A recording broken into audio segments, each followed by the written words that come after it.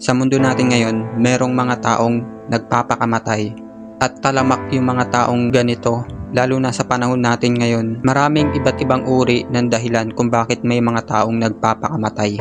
Tulad nga ng sa panahon natin ngayon, ang isa sa dahilan kung bakit nagpapakamatay ang tao ay dahil sa sobrang attached niya sa isang tao, lalo na sa mga kabataan, at yung iba naman sa mga responsibilidad nila sa buhay dahil sa sobrang hirap na sila.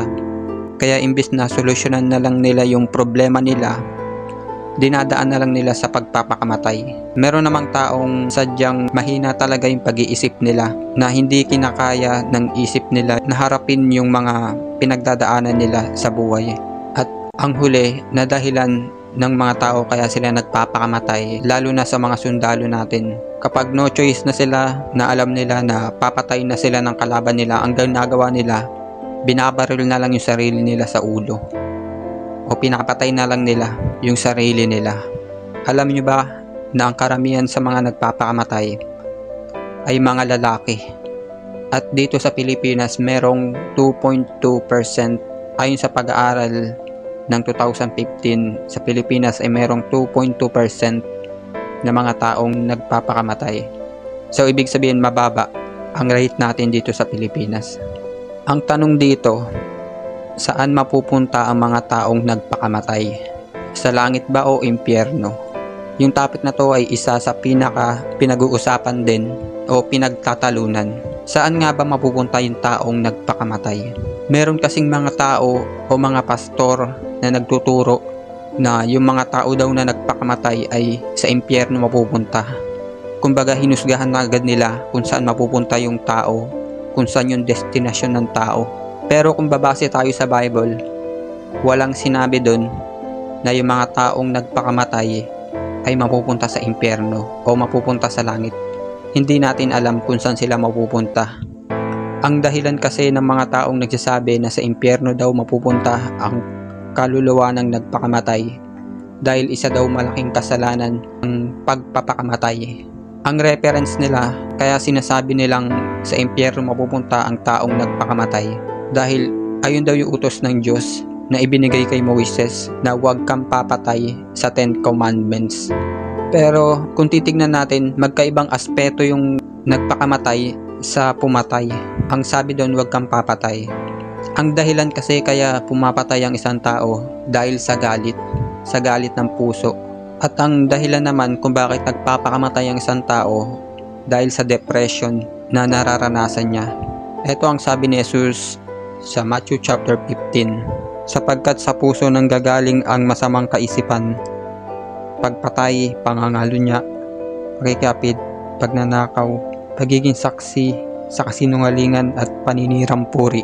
Ibig sabihin, ang ugat ng pagpatay ay galing sa galit sa puso ng tao. Pero ang ugat naman ng pagpakamatay ay depression, sobrang pagkabalisa dahil sa mga pinagdadaanan sa buhay. Ang isa sa karakter sa Bible na mababasa natin na nagpakamatay ay si Judas, pagkatapos niyang ipagkanulo ang ating Panginoong Jesucristo. Pero walang sinasabi doon kung saan napunta si Judas, kung sa langit ba o sa impyerno. Kumbaga, hindi natin mauusgahan kung saan siya mapupunta. Kahit na alam natin na malaking kasalanan yung pagpatay sa sarili, di pa rin tayo ang huhusga. Hindi tayo magdesisyon kung saan pupunta ang tao dahil merong isang araw ng paghuhukom. At tulad nga ng sinabi ko kanina na merong dalawang aspeto ang pagpatay at meron ding iba't ibang uri kung bakit nagpapakamatay ang tao. Kung isipin natin, paano yung mga sundalo natin na nagbubuwis ng kanilang buhay. Kung sasabihin natin sa impyerno mapupunta ang kaluluwa ng taong nagpakamatay, paano yung mga sundalo na nagpakamatay para takasan yung pagpatay ng kaaway niya? Kaya kung isa ka sa namatayan ng mahal sa buhay dahil nagpakamatay at nagtataka kung saan sila mapupunta, ang sagot ay hindi natin alam, hindi tayo sigurado. Hindi ako magsasabi kung saan mapupunta yung tao at langit ba yung impyerno, dahil wala akong karapatan para manghusga, para ideklara yung destinasyon ng tao kung saan siya mapupunta. Dahil tulad nga na sinabi ko, Ang Diyos lang ang may karapatang manghusga sa atin sa araw ng paghukom. Hindi tayo pwedeng humatol na lang ng basta-basta sa buhay ng isang tao kung hindi natin nalalaman yung kanilang background. Nasa Diyos ang matuwid na paghahatol. Alam naman natin na makatuwiran ang hatol ng Diyos dahil isa siyang tapat na hukom.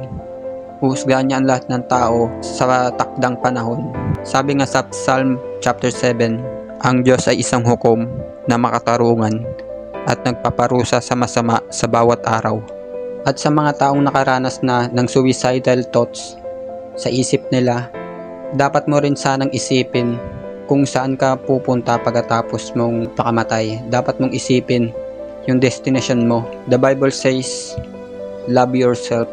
Kung nakaranas ka ng depression, andyan yung ating Panginoon na nagsusupply ng kapayapaan dahil ang ating Diyos ay hari ng kapayapaan. Kaya yun lamang ang sagot sa tanong na kung saan mapupunta ang tao. Nasa Diyos ang hatol.